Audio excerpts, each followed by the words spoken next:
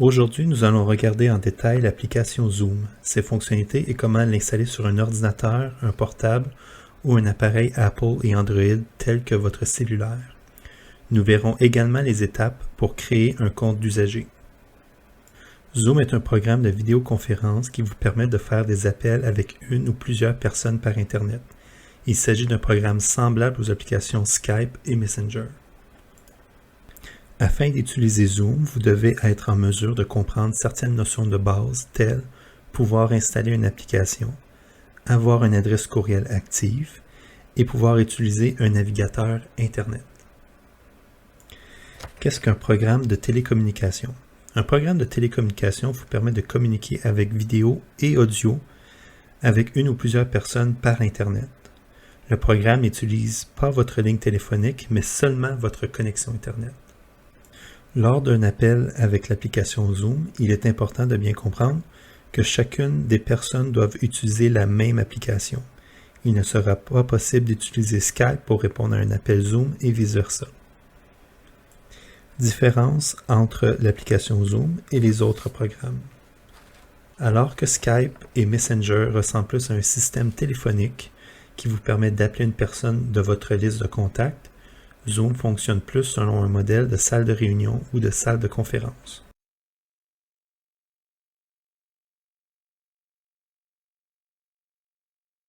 Pour les ordinateurs Windows, vous devez vous rendre sur le lien zoom.us ou inscrire zoom.us sur le moteur de recherche Google.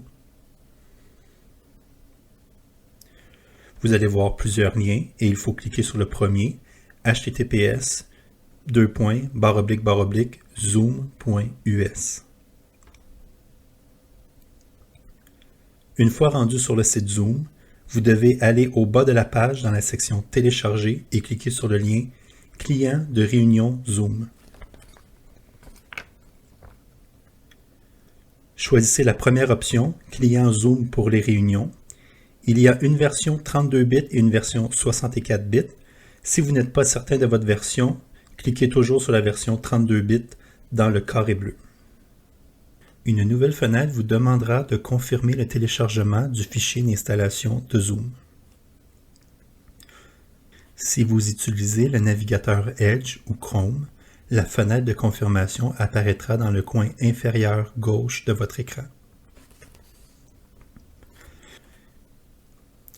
Cliquez sur Enregistrer le fichier. Une fois enregistré, ouvrez le fichier et l'installateur procédera à l'installation de l'application Zoom sur votre ordinateur. Lorsque vous apercevez cette image, c'est que l'application a été installée avec succès. À ce moment, il vous reste à créer un compte usager pour Zoom. À ce moment, vous remarquerez que c'est la version de langue anglaise qui apparaît sur mon écran. Mais si dans vos paramètres, la langue est sélectionnée pour le français, vous verrez alors la version française de Zoom. À ce moment, vous allez cliquer sur le bouton Sign In qui veut dire Connecter. La fenêtre de connexion apparaîtra. Si vous avez déjà un compte, saisissez-le dans la case Adresse courriel suivi de votre mot de passe et cliquez sur Sign In ou Se connecter. Si vous devez créer un compte, vous devez cliquer sur le lien Sign Me Up Free qui veut dire s'inscrire gratuitement. En cliquant sur le lien, une nouvelle fenêtre vous apparaîtra et on vous demandera d'inscrire votre date de naissance. Cette question est simplement pour que Zoom vérifie que vous avez plus que 18 ans. Importante note ici, c'est que cette information n'est pas gardée en mémoire, il ne s'agit qu'une confirmation. Après cette étape, on vous demande d'inscrire votre adresse courriel. Si vous préférez vous connecter avec les options de Google ou de Facebook, vous n'avez qu'à cliquer sur les boutons appropriés. Il faut vous assurer que vous êtes familier avec ces méthodes de connexion. Nous n'allons pas montrer cette façon de se connecter dans ce cours, mais si vous voulez les utiliser, cela vous permettra de vous connecter sans utiliser de mot de passe. Dans la section Adresse courriel, veuillez entrer votre adresse courriel et assurer qu'elle est active. et cliquez sur le bouton « S'inscrire ». Vous verrez alors une confirmation d'un courriel envoyé à l'adresse que vous avez donnée. Ce courriel contient le lien de confirmation. Allez à votre boîte courriel, vous devriez avoir reçu un message de Zoom. Il se peut que ce message prenne quelques minutes avant d'être reçu. Et si cela prend trop de temps, il faudrait regarder dans votre section « Courrier indésirable ».